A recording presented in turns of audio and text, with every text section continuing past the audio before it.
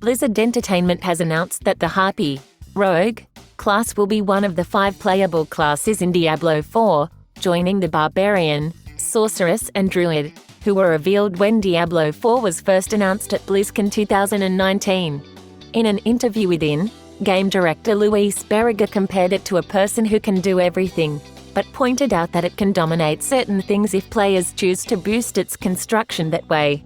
He compared the Harpy to choose your own class in the sense that you can mold it as you want it to suit your style of play.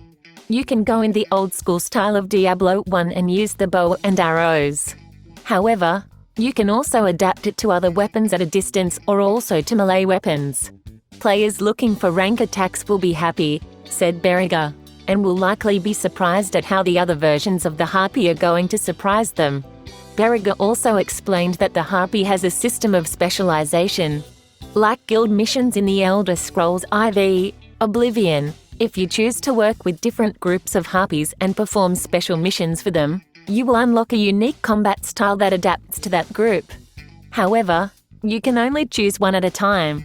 When asked if the other classes would have a similar system of specialization, Berriga said no and explained with a smile that each class has its own thing, so other classes become jealous.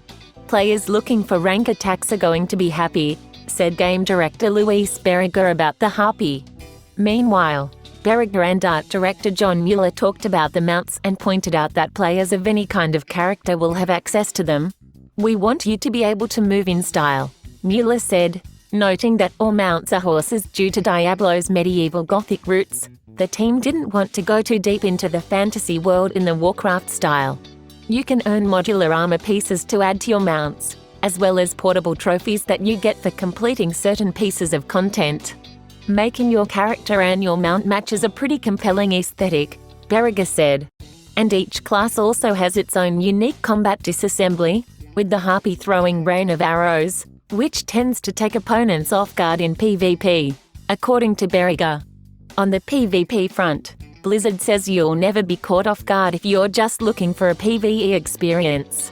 Then, for us, the solution was to create these fields of hatred that are cursed by Mephisto and have become active again, Berriga explained. So, if you don't want PvP, you'll be safe. But if you enter the hate camp, PvP is clearly enabled and the looting rules are different and there are objectives within that. Once you walk in, it's almost like the Diablo 2 rules, Berriga said.